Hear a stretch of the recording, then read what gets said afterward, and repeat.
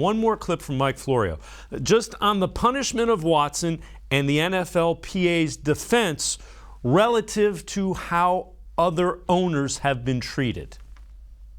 This man must be punished because he has engaged in behavior that undermines the integrity of the NFL, its teams, etc. That's when this issue of proportionality comes into play. Robert Kraft, owner of the Patriots, very different case. No accusation of any wrongdoing, no NDAs, no lawsuits. Kraft was charged with solicitation. The charges eventually were thrown out because of gross overreach by authorities in secretly recording these sessions, secretly recording people who were going in just for massages, massage only, not massage plus, massage period. They were being recorded. Horrible violation of privacy rights. That was the centerpiece of Robert Kraft's defense, and the case was dismissed. But he was still charged with solicitation, with a massage becoming something more than a massage. And as we reported last night, the league acknowledged that its security department investigated the Kraft situation, and ultimately Kraft was not punished. So, if the investigation resulted in the conclusion that one of the owners of the 32 NFL teams got a massage that became a sexual encounter, and he wasn't disciplined for conduct that undermines the league, its teams, et cetera, or puts people at risk, it's just, hey, this is the kind of behavior that's only going to lead to trouble for the shield. We better punish anyone who engages in this kind of behavior. If you didn't punish Kraft for it, and the policy says owners are held to a higher standard, how do you punish Watson? How do you do it? And with that, let's welcome in Jeff Risdon from BrownsWire.com. Jeff, it's important to note Mike Florio has not been on the side of Deshaun Watson. He has come out pretty heavily on the league side. And that last question's a really valid question, and I think that's the heart of the NFLPA's defense of Watson.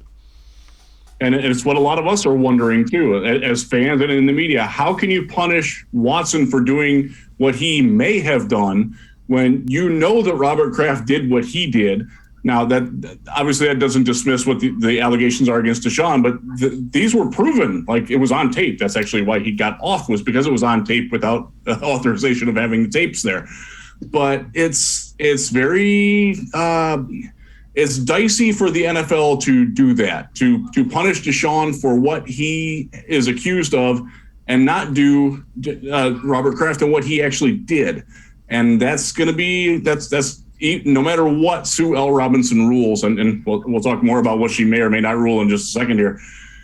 That's something that a lot of fans are going to wonder about and shake their heads at. Like, why Deshaun?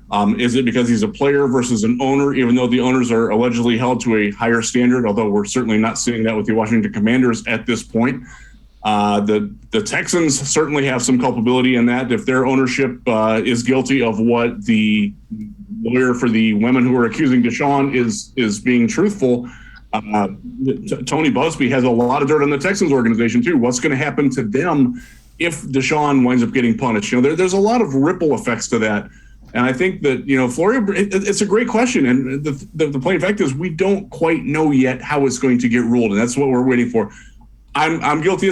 I thought they were going to have a Friday news dump before the holiday weekend. I'm like, oh, they're going to slide a suspension at like 4:00 and everybody's going to go. And that's how they're going to bury it. They turned out not doing that.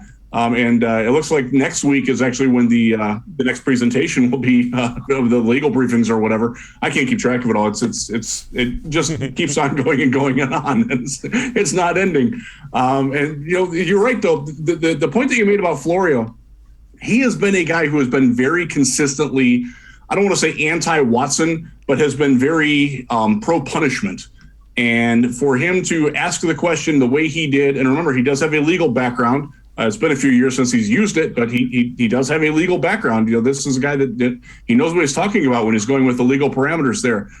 It's a very fair question to ask, and you better believe that not only are fans going to ask that, But Andrew Berry's going to ask that. Deshaun Watson's going to ask that. The teammates are going to ask that. There are some players on other teams who are going to wonder why the owners can get away with things that the players can't when, as you noted, the owners are supposedly held to a higher standard. And if that doesn't happen here, that's going to cause some fur to fly.